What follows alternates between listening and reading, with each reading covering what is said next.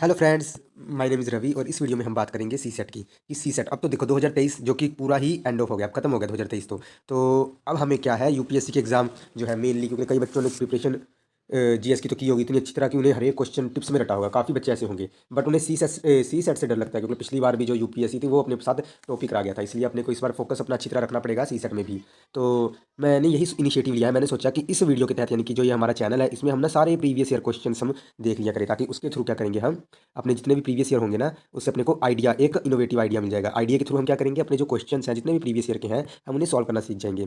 और हमें आइडिया, जैसे कि आप सबको पता ही है कि आइडिया तो अपने पास बन जाएगा, इससे हम सारे क्वेश्चन आंसर इजीली जो होंगे वो बनाने की हिम्मत रख सकते हैं। इसलिए मैं चाहता हूँ कि हम जो हो प्रीवियस ईयर से हम शुरू करें अपने क्वेश्चन। जैसे कि मैंने अब देखो इतना तो प्रीवियस नहीं जाना चाहिए, बट मैंने ऐसे सोचा कि कई बार क्या होता है कि कई बच्चे को लगता है कि हमें बहुत ही अच्छी प्रिपरेशन चाहिए सी सेट की भी, तो हम ना थोड़ा सा ज़्यादा पीछे चले गए हैं। वैसे इतना पीछे जाने की ज़रूरत नहीं होती, पहले हम इसको ना मार्कर को थोड़ा छोटा कर लेते हैं क्योंकि ये बहुत ज़्यादा ही बड़ा है, इतने बड़े में से शायद आपको पूरी लाइन ही वो बम हो जाए। तो चलो इससे हम बात करते हैं, यानी कि प्रीवियस ईयर के जितने भी क्वेश्चन है ना उसमें से थोड़ा सा 1995 का, अगर आपने ये वाला नहीं करना आप इसे स्किप भी कर सकते हैं, कोई बात नहीं। हम जैसे ये क्वेश्चन आ गया है इसको सॉल्व कैसे करेंगे, इसका आइडिया ये होता है कि पहले तो आप काउंट किया करो कि इसमें दिख क्या रहा है। यहाँ पर हम हमको दिया क्या है, 4 12 1995, और यहाँ पर है 1 1 1 और ये 1996, और इसमें क्या है 29 1 और 96, यानी कि ये सब दिए हैं। यहाँ पर दिया है 26 2 और यहाँ पर है 96, और फिर बाद में बोला है the next term of series, यानी कि अगली सीरीज क्या बन सकती है। पहले तो आपने देखना है कि जो 4 12 ये 95 है, उसके बाद 4 12 हम यहाँ पर थोड़ा सा जगह बना लेते हैं, हम क्वेश्चन लिख लेते हैं अपना। यहाँ पर है 4 12, देखो 4 12 और 95। ओके, इसके बाद क्या आ गया, सीधा ही आ गया 1 1 96, और इसके बाद क्या आ गया 29 1 और ये क्या आ गया 29 1 और 96, यानी कि ईयर सेम है, ईयर सेम है, ठीक है। ईयर को आप बार बार ना ही लिखे तो कोई बात नहीं। और बाद में आ गया 26 और आ गया 2। अब यहाँ पर 96 तो सेम है, सब जगह आ रहा है, तो हमने लिखने की जरूरत नहीं है ज़्यादा। अब हम बात करते हैं इनमें सिमिलर क्या है भाई। सिमिलर आपने देखना है सिमिलर में कैसे, कि इनमें अब ना ये तो बात हो रही है 4 तारीख की, और ये 1995, ये 1 तारीख की, ये 29 तारीख की, और ये 26 तारीख की। अब बात करते हैं 4 तारीख और 1 तारीख में कितने का अंतर है। चलो, जो 12वां महीना होता है उसमें कितने दिन होते हैं, 31। 31 में से आप 4 कम कर दीजिए, कितना हो गया, 31 में से 4 कम किए तो कितना बन गया, 27, है ना। 31 में से 4 कम कर दिए ये वाले, ठीक है, क्योंकि 31 का महीना होता है ना, मैंने ये वाले जो 4 है वो 31 से कम कर दिए तो ये बन गया तब 27, ठीक है। अब 27 और ये 1 एक ऐड कर दीजिए क्योंकि एक ये भी है ना, तो ये कितना बन गया 27 और 1 28, यानी कि 28 बन गया। ओके, मैं ये इसलिए समझा रहा हूँ दोनों ही लैंग्वेजेस में, ताकि आपको जो हो वो ईज हो जाए कि आप आराम से ये सवाल चेक करके अच्छी तरह समझ सकें। चलो हम नेक्स्ट बात करते हैं, इसके बाद है 1 1 96। तो अब बात करते हैं जो जनवरी है, जनवरी में कितने दिन होते हैं, उसमें भी कितने होते हैं, 31 या 32 या 33 इसमें क्या होते हैं, 31 होते हैं। तो फिर अब जनवरी से ही हम बात करते हैं, यानी कि ये है, तुम पहले देख लो ये दोनों ही जनवरी की बात हो रही है, यानी कि 29 में से एक कम कर दीजिए, कितना कितने दिन बने, कितने दिन बने 28, सेम हो गया ना 28 बने। अब बात करते हैं, आप अंतर समझ रहे हो भाई, अंतर कितने का आ रहा है, 28 का आ रहा है, पहले में 28 का आया, इसमें भी 28 का आया। अब इसकी बात करते हैं इसकी, ठीक है। 26 यहाँ पर 2 है, पहले तो देख लीजिए 96 है, जो 96 है वो कौन सा ईयर हुआ, लीप ईयर है ना, क्योंकि ये 4 के साथ डिवाइड हो जाता है। जब ये 4 के साथ डिवाइड हो जाएगा ये लीप ईयर बनेगा, तो इसमें कितने डेज होंगे, इसमें 29 डेज होंगे। वैसे तो 28 होते हैं, बट जब लीप डे हो ना, लीप, तब क्या होगा, लीप ईयर होगा तो उसमें क्या होगा 29। चलो आप बात करते हैं कि ये 1 1 यानी कि 29 है, ये 30 बन गया, 31 दो तो इधर रख लीजिए 2, ठीक है, और 26 27 28, यानी कि ये कितना बन गया, इसमें भी 28 डेज बन गए हैं, इसमें भी कितने बन गए हैं 28। इसमें कोई डाउट है किसी को, तो आप बताइए। अब बात करते हैं इसके बाद की कौन सी टर्म आएगी। ये देखिए अब 26 है, पहले तो आप देख लीजिए कि ये कौन सा डे था, 29 का था ना, तो 3 ऐड कर दीजिए। ओहो ये तो मिट ही गया, चलो हम ऐसे कर लेते हैं 28। ओके, तो 26 में क्या करिए, पहले तो आप कर दीजिए कितने ऐड, 3 और 3, और यानी कि जो नेक्स्ट है 28 हम बनाने के लिए कितना लाएंगे 25, यानी कि ये जो होगा ये 25 अपना आंसर बनेगा। अब देखिए यहाँ पर आंसर कहीं 25 दिया है, देखते हैं, ये रहा, यानी कि ये रहा अपना बी ऑप्शन, ये वाला जो दिया है। आपने मेरे लॉजिक को समझा कि मैंने इसको सॉल्व कैसे किया। यही बस ये ट्रिक होती है कि इनको सॉल्व कैसे करना है। इनकी अगर ट्रिक आ गई ना आपको सॉल्व करने की, तो आप इजीली सवाल जो है वो अंडरस्टैंड कर सकते हैं कि ये कैसे हमने सॉल्व किया है। चलो हम नेक्स्ट सम पर चलते हैं, सेकंड वाली पर। इसमें क्या है, in the given diagram circle A represent teachers who can teach physics, circle B represent, यानी कि सर्कल बी जो है वो रिप्रेजेंट करेगा teachers who can teach chemistry, and circle C represent those who can teach mathematics. Among these which represent teachers who can teach physics and mathematics but not chemistry, यानी कि कौन जो है वो केमिस्ट्री नहीं टीच करता। हमने अब कैसे करना है यार, ऑप्शन देखो, पहले तो उन्होंने बोला था कि ये डायग्राम दिया हुआ है जिसमें कि जो ए है, ये ए वाला सर्कल है, ये किसे रिप्रेजेंट कर रहा है, circle A represent teachers who can teach physics, यानी कि फिजिक्स को रिप्रेजेंट कर रहा है। और सर्कल बी में क्या है, ये केमिस्ट्री, कई लोग तो केमिस्ट्री पढ़ते होंगे जिनके साइंस बैकग्राउंड नहीं है वो केमिस्ट्री पढ़ रहे होंगे, पर ऐसा नहीं है, केमिस्ट्री है। अब बात करते हैं circle C represent mathematics, mathematics समझ रहे हो ना भाई, जिसमें मैथ्स की प्रिपरेशन वगैरह होती है। चलो हम बात करते हैं अपना क्वेश्चन क्या है। उन्होंने बोला है among these which represent who can teach physics and mathematics, यानी कि जो है वो फिजिक्स और मैथमेटिक्स तो टीच करें बट नॉट केमिस्ट्री, केमिस्ट्री ना करें। अब देखो केमिस्ट्री में कौन कौन से आ रहे हैं, ये भी आ रहा है, ये भी आ रहा है, ये भी आ रहा है, ये भी आ रहा है, ये केमिस्ट्री में आ रहा है। ठीक है, तो इनको तो साइड कर दो, इनको साइड कर दिए, गोला ही साइड कर दिया। कौन कौन सा बचा है, ये और ये बचा, ये तीनों बचे ना। इसमें क्या होगा आपने देखना है कि उन्होंने क्या क्वेश्चन क्या बोला है कि विच represent teachers who can teach physics and mathematics but not chemistry, chemistry को निकाल दो और फिजिक्स और मैथमेटिक्स। अगर हम फिजिक्स की बात करें, ये तो अकेला फिजिक्स कर रहा है ना, और ये मैथमेटिक्स, ये तो दोनों में आ रहा है ना, सिमिलर आ रहा है, ऊपर भी आ रहा है नीचे भी आ रहा है। जब ये ऊपर नीचे दोनों जगह आ रहा है तो मतलब कि ये अपना जो यू है वो अपना क्या बन गया आंसर। यानी कि जब ये 1995 की बात कर रहे थे ना, तब तो यार बहुत सिंपल सिंपल क्वेश्चन आ रहे थे। ऐसे तो एक छोटा बच्चा, यानी कि जिसने रिसेंटली तैयारी शुरू की है, ज़्यादा छोटा भी नहीं कि आप सोच लें कि दूध पीता हुआ बच्चा के सॉल्व करके चले जाएगा, वो तो ज़्यादा ही इलॉजिकल बात हो जाएगी। यानी कि जो रिसेंटली प्रिपरेशन कर रहा है उसे पता लग जाएगा कि आप कैसे कर रहे हो, यानी कि आप अंडरस्टैंडिंग समझ रहे हो कि क्या पहले था यूपीएससी अब क्या बन गया है। अब हम चलो नेक्स्ट क्वेश्चन की तरफ मूव करते हैं, देखते हैं इसमें क्या है। 7 मैन, यानी कि 7 आदमी। ठीक है, 7 आदमी कौन कौन से भाई देख लो पहले, ABCDEFG standing in A Q, यानी कि एक लाइन में खड़े हैं। क्यू में मतलब कि क्यू का मतलब यही होता है यार लाइन, दैट ऑर्डर यानी कि ऑर्डर में खड़े हैं। अब बात करते हैं each one is wearing a cap, यानी कि हर एक ने क्या पहनी है, कैप, टोपी of a different colour like violet, indigo, blue, green, yellow, orange and red, यानी कि इनमें से सबने क्या की है, अलग अलग रंग की टोपी पहनी हुई है। भाई ये सब टोपी बाज थे, मतलब ये कहना चाहता है यूपीएससी। ठीक है, तो अब देखते हैं इन टोपी बाज के बारे में। D is able to see in the front of him, यानी कि जो डी है is able to see in the front of him green and blue. जो डी है, ये देखो ये मैंने बना दिया D, D is able to see in the front of him, किसे देख रहा है in the front of him, green and blue, यानी कि ग्रीन को देख रहा है। डी जो है वो किसे देख रहा है, ऊपर ग्रीन और ब्लू, यही तो डी देख रहा है हाँ? यानी कि D is able to see in the front of him green and blue but not violet, violet को नहीं देख पा रहा है। यानी कि जो वायलेट कलर है ना, वायलेट भाई या तो वो ही होगा या तो उसके पीछे वाला होगा, हो सकता है ना चांसेस, क्योंकि वो वायलेट को ही नहीं देख पा रहा। क्योंकि जो डी है ना, वो तो आगे वाले को देख रहा है जिसमें कि ब्लू और ग्रीन चीज़ें शामिल है, ग्रीन और ब्लू तो है ही, वो देख रहा है। बट ये जो डी है वो वायलेट को नहीं देख पा रहा है, इसे हम साइड पर रखते हैं। या तो इसी का कलर होगा इसलिए नहीं देख पा रहा बेचारा, खुद ही अपने आप को टोपी पहना के भूल गया कि मैंने कौन सी डाली है। चलो देखते हैं, E can see violet and yellow. जो ई है, अब देखो यहाँ पर डी, ये देखो क्योंकि सब एक ही ऑर्डर में थे ना, ए यहाँ पर लगा दो, सपोज कर लो ये था सी, यहाँ पर लगा दो बी, यहाँ पर लगा दो ए, तभी तो ये एक ऑर्डर में बने, उन्होंने ऑर्डर ही बोला है, सिंपल सी बात है। ई जो है उसने बोला ई के बारे में, E can see violet and yellow. E जो है वो वॉयलेट, यानी कि वॉयलेट क्या पता इसी का ही रंग हो, डी का ही। E can see violet and yellow. अब येलो यानी कि इसके आगे देखते हैं येलो कहाँ आ सकता है, सी का तो जी बन गया, बी का ये बन गया, ये यहाँ पर येलो बन सकता है कि नहीं। चलो हम आगे भी देखते हैं, कुछ और भी बोला हो तो। बट नॉट रेड, अब वो रेड को नहीं देख सकता, क्या पता अब रेड उसी का ही कलर हो। अभी हमें डाउट है ना, क्या पता रेड ये ई का ही कलर हो, और क्या पता ये इसके पीछे भी हो सकता है ना, क्या पता यही रेड जो है वो एफ में भी हो सकता है। ठीक है, अपने को ये नहीं पता ये ई किसका है, या तो इसका भी हो सकता है या तो इसके पीछे भी हो सकता है। हमें अभी जो रेड है उसमें डाउट है। ठीक है, G can see cap of all colours other than orange, orange को, यानी कि जी देखो सिंपल सी बात है, जी जो है वो खुद ही ऑरेंज हुआ ना, क्योंकि वो तो सबको देख सकता है, बस ऑरेंज को भाई छोड़ के, मतलब ये जी का ऑरेंज ही है, ये अपने को डाउट किया, अब ये 100% श्योर है। अब अपना जो मेन फंडा है, मेन फंडा कौन सा फंडा भाई, इधर तो बहुत सारे फंडे हैं, पहले हम यहाँ थोड़ा सा रब कर दें और बात करते हैं ये वाली चीज़ की। हाँ, अब देखो अपने पास जो रेड है और इंडिगो है, इंडिगो का भी हमें कहीं आया था ना हिंट, हम इंडिगो देख लेते हैं, इंडिगो का कहाँ हिंट आया था। E can wearing an indigo coloured cap, यानी कि ई जो है उसने इंडिगो पहना है, यानी कि ई का इंडिगो। ओके, मतलब कि ई ने रेड नहीं पहना, यानी कि रेड कहाँ आ गया भाई, वो सिंपली अपने पास जो है वो सिमिट्री अब बन गई है। अब हम देखते हैं कि इस सिमिट्री में कौन सी कलर की किसने कैप वेयर की हुई है। ए ने क्या किया हुआ है, ए ने तो येलो कैप वेयर की हुई है, बी ने क्या किया ब्लू, सी ने क्या किया ग्रीन, डी ने क्या किया वॉयलेट, और ई ने इंडिगो, और एफ ने रेड, और ये जो अपना जी है उसने ऑरेंज। अब हम इसमें से देखते हैं उन्होंने क्वेश्चन क्या पूछा है। If is wearing indigo colour cap then the colour of cap worn by F, यानी कि एफ ने भाई कौन सा कलर कैप किया हुआ है, यानी कि एफ देखो, एफ कौन सा था भाई, ये रेड, ये ललारी ललारी हुआ पड़ा है एफ, आप समझे, यानी कि एफ ने क्या पहना हुआ था, ललारी, यानी कि लाल कलर, रेड कैप।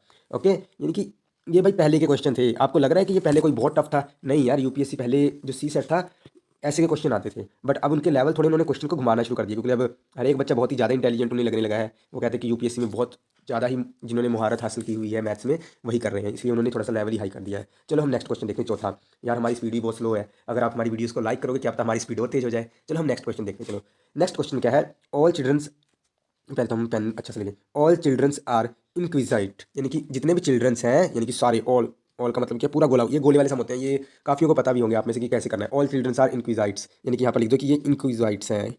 ठीक है, ये सारे के सारे। ओके, अब बात करते हैं अगला, सम चिल्ड्रंस आर इंक्विजाइट्स, यानी कि सम। अब हमें ऑल में तो नहीं डाल सकते ना, सम का मतलब है कुछ, है ना, तो अब हम सम क्या करेंगे, सम क्या कर सकते हैं, हम सम का क्या कर सकते हैं, है ना। नो चिल्ड्रंस आर इनक्यूजाइट्स, सम का हम ऐसे लिख सकते हैं, ठीक है, सम चिल्ड्रंस आर इनक्यूजाइट्स, और नो चिल्ड्रंस आर इनक्यूजाइट्स यानी कि नो चिल्ड्रंस आर इनक्यूजाइट्स। यहाँ पर मैं लिख देता हूँ, ये आ गया इनक्यूजाइट्स, नो, ओके, नो इनक्यूजाइट्स। चलो आगे आगे देखते हैं क्या क्या होता है। नो चिल्ड्रन आर इनक्यूजाइट्स भी हो गया, और क्या है, सम चिल्ड्रंस आर नॉट इनक्यूजाइट्स, यानी कि जो कुछ चिल्ड्रंस है वो नहीं इनक्यूजाइट्स हैं, कुछ होंगे मतलब कुछ नहीं है इनक्यूजाइट्स। तो हम क्या कर सकते हैं, पहले तो भाई मैंने थोड़ा सा इसको कर देता हूँ सही तरह। ये देखो पेन आ गया अपना। पहले तो हमने ऑल की बात की थी ना, ऑल में नॉट इनक्यूजाइट्स, ये दोनों तो इकट्ठे ही हो गए ना, ऑल जिसमें आ गया, और एक में था कि सम आर नॉट इनक्यूजाइट्स। हम इसको ऐसे कर लेते हैं, ठीक है, इसमें आई लिख देते हैं, इसमें सी लिख देते हैं। पहले तो इसमें लॉजिक क्या है आपने देखना है कि स्टेटमेंट कौन सी सही है कौन सी गलत है। सो पहले हम देख लेते हैं कि क्या क्या क्वेश्चन में दिया हुआ है। इसमें है कि फर्स्ट एंड थर्ड जो है वो ठीक है, फिर फर्स्ट एंड फोर्थ ठीक है, क्योंकि फर्स्ट ये वाला और थर्ड, पहले तो ये देखना कि ये ठीक है ये नहीं, फिर उसके बाद देखना कि फर्स्ट और फोर्थ ठीक है, फर्स्ट और फोर्थ, फिर सेकंड और थर्ड देखना है, सेकंड और ये वाला थर्ड, ठीक है, और उसके बाद है थर्ड और फोर्थ, थर्ड और फोर्थ ये है, ये दोनों, यानी कि आपने इनमें से बताना है कि कौन सी है वो ठीक है। देखना है कि among these statement two statement which can not be true simultaneously but can be false would be, यानी कि फॉल्स हो सकती हैं।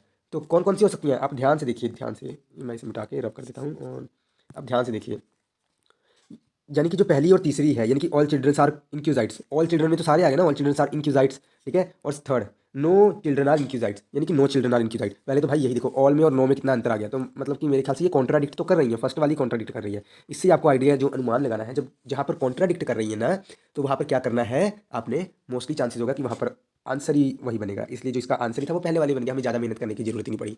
इससे कहते हैं कई बार एडवांस लेवल में जो है ना, ठीक है, तो कई बार यूपीएससी ऐसे भी खेलता है, तो इन चीज़ों को भी आपको नोटिस करना पड़ेगा, क्योंकि अब देखो यहाँ पर फॉल्स की भी शुरुआत होगी, कौन सी कॉन्ट्राडिक्ट कर रही है कौन सी नहीं कर रही है। ओके, चलो नेक्स्ट देखते हैं। Which of the following can be inferred from the statement either John is stupid और जॉन इज लेजी, यानी कि जो जॉन है भाई वो हमारी तरह ही है कि वो स्टूपिड है ना, स्टूपिड मतलब कि आपको पता है स्टूपिड इंसान कैसा होता है, और या वो लेजी है, ठीक है। तो हम इसमें से देखेंगे कि कौन सी स्टेटमेंट है। देखो अब पहले तुमने बोला है कि कौन सी स्टेटमेंट जो है जॉन के लिए लागू होगी। अब हमने क्या करना है, आपने पहले देखना है कि स्टेटमेंट कौन सी लागू होगी, तो इसके लिए क्या करेंगे, आपने पहले हर एक स्टेटमेंट को देखना है, ठीक है, अच्छी तरह। इसमें क्या करना पड़ेगा आपको, पहले देख लो कि स्टेटमेंट फर्स्ट में क्या लिखा है, ठीक है, स्टेटमेंट फर्स्ट में लिखा है कि ये वाला, इसमें देखो 1 और 2 में क्या है, John is lazy therefore John is not stupid, यानी कि जॉन जो है वो लेजी है इसलिए वो क्या है, स्टूपिड नहीं है। ये पहली स्टेटमेंट में आ गया, यानी कि ए और बी, यानी कि ए में ये दोनों आ गए हैं, ठीक है। अब बी में देखते हैं, बी में उन्होंने बोला है John is not lazy, wait wait wait wait wait sorry friends, थोड़ा सा ये ध्यान से देखिए दोबारा, मैं आपको इसका सिंपल सा रिव्यू देता हूँ दोबारा से, जिससे आपको ये चीज़ क्लियर हो जाए। John is lazy therefore John is not stupid, यानी कि जो लेजी है वो स्टूपिड नहीं होता, और सेकंड में क्या है, जॉन इज नॉट लेजी, यानी कि जॉन जो है वो नॉट लेजी है इसलिए वो स्टूपिड भी नहीं है, स्टूपिड भी नहीं है ना, नॉट स्टूपिड, नहीं लेजी है तो ना ही स्टूपिड है, पहली बात में यही आ गया, ठीक है। आगे देखते हैं सेकंड ऑप्शन में अपना क्या बनता है, उसमें क्या है कि ये 2 और 3, यानी कि 2 और 3 में क्या है, John is not lazy therefore he is stupid, यानी कि वो लेजी नहीं है, not lazy therefore he is stupid, यानी कि जॉन इज नॉट लेजी इसलिए वो स्टूपिड है, ठीक है, और John is stupid therefore John is lazy. अच्छा हाँ हाँ हाँ, ये देखो अब इसमें थोड़ा सा अपना ध्यान लगाना, क्या क्या कहना चाहता है यूपीएससी, इसमें कहना चाहता है जॉन इज़ नॉट लेजी, यानी कि वो जॉन जो है वो लेजी नहीं है, जॉन जो है वो लेजी नहीं है, इस स्टेटमेंट की बात कर रहा हूँ, वो लेजी नहीं है, देयरफॉर ही इज स्टूपिड, यानी कि जॉन जो इसीलिए है वो स्टूपिड है। अब तीसरी स्टेटमेंट में देखिए, तीसरी स्टेटमेंट सिमिलर मिल रहा है कि नहीं, जॉन इज नॉट स्टूपिड, यानी कि जॉन जो है वो स्टूपिड नहीं है भाई, जॉन इज स्टूपिड, बीच में अब नोट लगा देते हैं कोई बात नहीं, ठीक है, आप समझना बस भाई, भाव का खेल है। जॉन इज नॉट स्टूपिड यानी कि जॉन स्टूपिड नहीं है, ठीक है। अब आगे देयरफॉर जॉन इज लेजी, इसीलिए क्या है, जॉन जो है वो lazy, therefore John is lazy, यानी कि इसमें जो आंसर अपना बन रहा है, मेरे ख्याल से अब आपको थोड़ा सा दिमाग की घंटी बजी होगी कि आंसर मुझे खेल खाला यही लग रहा है, क्यों, क्योंकि ले इधर क्या लिखा है, आइदर जॉन इज स्टूपिड, या तो जॉन स्टूपिड है और जॉन लेजी है, तो इसी स्टेटमेंट में बात हो रही है, ये दोनों स्टेटमेंट में देखो, John is lazy, John is not lazy, he John is stupid, यानी कि एक तो वो लेजी नहीं है पर वो स्टूपिड है, इसमें ये चीज़ तो पता लग गई, ठीक है। अब अगली बारी में बात करते हैं, अगली लाइन में, जॉन इज नॉट स्टूपिड, यानी कि जॉन जो है वो स्टूपिड नहीं है, ही इज लेजी, है ना, जॉन स्टूपिड नहीं है, ही इज लेजी। अब देखो इस स्टेटमेंट में क्या हुआ, इस स्टेटमेंट में दोनों की बात इकट्ठे ही हो गई है, आइदर जॉन इज स्टूपिड और जॉन इज लेजी, यानी कि यहाँ पर स्टूपिड की भी बात हो गई और लेजी की भी बात हो गई थी, ये कंफर्म कर लीजिए। देखो नॉट लेजी और स्टूपिड यहाँ पर था, यार थोड़ा सा मुझे लगता है ना, थोड़ा सा इसको मार्कर को मुझे थोड़ा सा पतला करना पड़ेगा,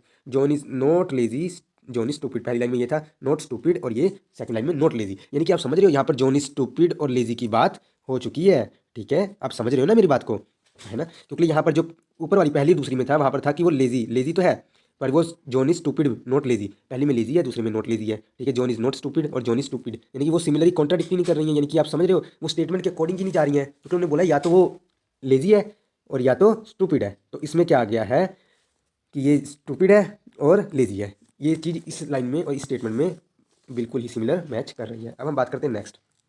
इसमें क्या है, 6 roads leads to a country, यानी कि 6 रोड है, 6 रोड ऐसे, एक भैया क्या हो गया, नहीं थोड़ी सी बड़ा मार्कर, 1 2 3 4 5 6, ठीक है।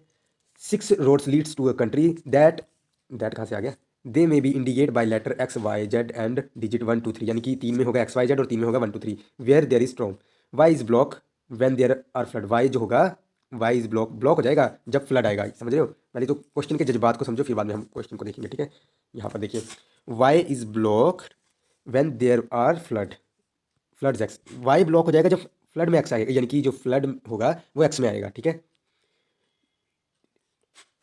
और 1 एंड 2 विल बी अफेक्टेड, 1 और 2 जो होंगे वो भी अफेक्टेड होंगे। When road first is block, अगर रोड पहला ब्लॉक होगा, देन जेड जो जेड होगा इज ऑल्सो ब्लॉक, यानी कि जेड भी खुद ब्लॉक हो जाएगा। At the time when there are roads and storms are blow, which road can be use, यानी कि जब भी क्या होगा, there are floods and storms are blow, जब फ्लड आएंगे और स्ट्रॉम्स आएंगे, कौन सी रोड यूज़ की जाएगी भाई।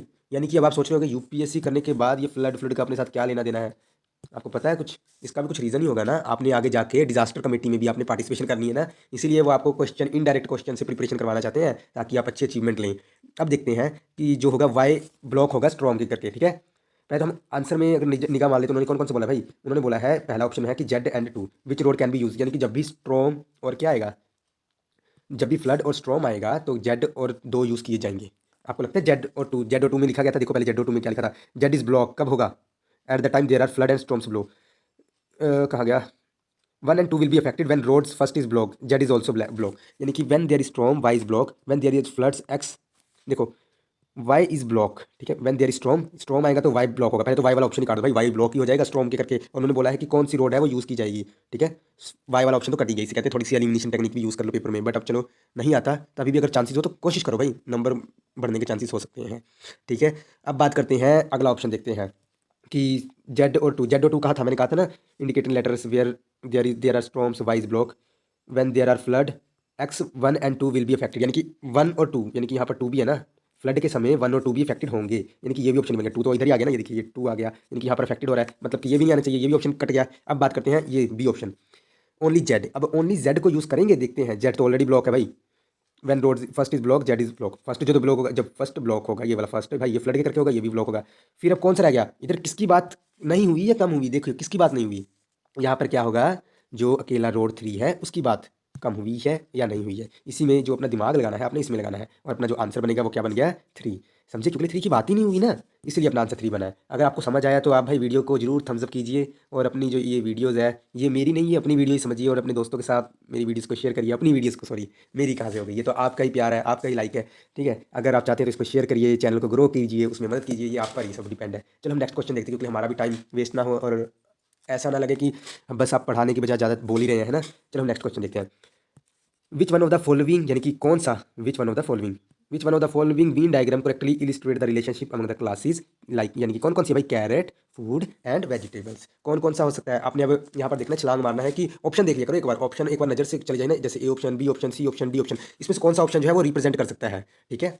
चलो हम देखते हैं इसमें कौन सा होगा। देखो सच्ची वाला रिलेशनशिप कौन बताएगा, पहले तो होगा कि कैरेट फूड, देखो कैरेट फूड और वेजिटेबल, पहले तो हमने देखना कि फूड, फूड में क्या होगा, फूड मतलब कि पूरा फूड है ना, फूड पर उससे भी ऊपर क्या है, वेजिटेबल्स। जैसे अब बात करते हैं फूड, जो कैरेट है, कैरेट कैरेट समझ रहे हो ना, गाजर खाते होगे गाजर गाजर, जो गाजर है ये किसके अंदर आता है, किसके अंदर आता है, फूड के अंदर आता है, जो गाजर है वो किसके अंदर आएगा, फूड, यानी कि सपोज कर लो ये फूड आ गया, फूड, ठीक है, फूड बड़ा सा, मैं ऐसे कर लेता हूँ, मुझे ना थोड़ा सा टाइम दीजिए, इसे मैं थोड़ा क्लीन करके हम यहाँ पर बड़ा सा थोड़ा लिख लेते हैं, देखो ये पूरा इतना बड़ा फूड बन गया, ये थोड़ा सा मैं लगाया था फूड्स, ठीक है। जो कैरेट है वो तो फूड के अंदर आएगा, मैं यहाँ लिख देता हूँ कैरेट, ठीक है।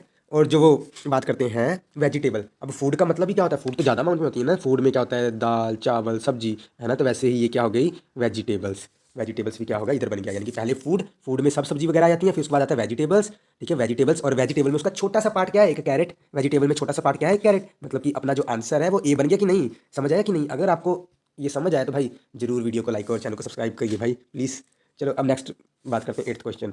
एट्थ क्वेश्चन में क्या है, आपने देखना है कि कौन सी चीज़ें हैं इन द फॉलोइंग फिगर, यानी कि फॉलोइंग फिगर यानी कि जो दी हुई है फिगर, ये देखो गिवन फिगर, फॉलोइंग फिगर, ये वाली फिगर, ठीक है। इस फिगर में उन्होंने बोला है द ट्राइंगल रिप्रेजेंट गर्ल्स, अच्छा अच्छा है लड़की की बात, जो ट्राइंगल है वो गर्ल्स को रिप्रेजेंट कर रहा है, ठीक है। और स्क्वायर है, जो स्क्वायर स्पोर्ट पर्सन, जो स्क्वायर स्क्वायर कौन सा होता है, ये स्क्वायर होता है, इसे कहते हैं। ये किसे कर रहा है रिप्रेजेंट, स्पोर्ट पर्सन को। And the circle represent coaches, circle जो है वो कोचेज को रिप्रेजेंट कर रहा है भाई, कोच आपको पता है ना कोच कौन से होते हैं, है ना, उसी की। The portion in the figure which represent girl who are sport person but not coaches one label as, यानी कि उन्होंने बोला है, क्या बोला है कि गर्ल्स हु आर स्पोर्ट, यानी कि हु आर स्पोर्ट पर्सन, जो गर्ल्स है वो स्पोर्ट पर्सन है पर नॉट कोचेज। अच्छा, ये जो क्वेश्चन है मैंने आपको करवाया था थोड़ी देर पहले ही, शायद दूसरा क्वेश्चन ही कराया था, है ना, उसी का ही सेम वर्जन है। इसमें आपने देखना है, अब अपनी वही जो नॉलेज है उसी को ही दिमाग में डालिए। पहले तो देखो कि कौन कौन सी चीज़ें को इसको रिप्रेजेंट कर रही है। पहले girls who are sport person, ये गर्ल्स और ये स्पोर्ट पर्सन ये रहे, ठीक है, गर्ल्स और स्पोर्ट पर्सन, यानी कि इसके की बात हो रही है, ठीक है। बट नॉट कोचेज, कोचेज में तो ये भी, ये सारा कोचेज का ही है ना, तो भाई इसको पहले तो डिडक्ट कर दीजिए, ये तो आप भूल ही जाइए कि ये आएगा, ठीक है। तो इसको मैं यहाँ से काट देता हूँ, ठीक है, इससे क्या होगा, ये लोग खत्म। अब ये तो आएगा ही नहीं इतना। अब इसमें से क्या चाहिए, उन्होंने क्या बोला था, represent girls who are sport person, यानी कि गर्ल्स, और वो भी स्पोर्ट, क्योंकि गर्ल तो ये भी है, ये ए वाली भी गर्ल है ना। तो इसमें क्या है, बी अकेला बी। अब बी ऑप्शन क्यों आया है, सोचने वाली बात ना, बी अकेला ही क्यों आया है, इसका कोई रीज़न। बी आने का मतलब ये है कि जो ये बी आने का मतलब यही है कि ये गर्ल्स भी है और ये स्पोर्ट पर्सन भी, क्योंकि ये ट्राइंगल के बीच में भी आ रहा है ना, इसलिए जो आंसर है वो ये बन गया। अब आपको समझ आया, अगर समझ आया तो भाई इसलिए मैं आपको थैंक्स कहना चाहता हूँ, अगर आपको समझ आया इस बात का। चलो हम नेक्स्ट क्वेश्चन, आज तो मुझे लगता है 10 ही होंगे, मैंने 20 का टारगेट लेके चला था। चलो अब हम बात करते हैं नेक्स्ट वीडियो में, जो हम करेंगे 10 के बाद वाले 11 से 20 तक। इसमें अब हम बात करते हैं the next pair of letters in the series A Z, यानी कि ए और Z, C x F you. भाई इसमें कुछ दिमाग की घंटी बजाओ यार, इसमें कौन सी दिमाग की घंटी बजाओगे। मुझे कुछ कुछ लग रहा है कि जैसे अब उल्टी ABCD और सीधी ABCD ऐसे चल रही है ना। हम चेक कर लें कि ऐसे चल रहा है कि नहीं। जैसे हो गया ABCD, ठीक है, XYZ, है ना, ZXY। नहीं, ऐसे तो आपको लग रहा है चल रहा है नहीं, फिर मतलब कि ये चीज़ तो नहीं हुई, क्योंकि ऐसे कहा था ना, मैं पहले ऐसे ही करता था कि चेक कर ले। चलो हम देखते हैं कुछ और, इसकी दिमाग तक नंबरबाजी लगी तो अच्छी बात है, ठीक है। जैसे अब A और Z है,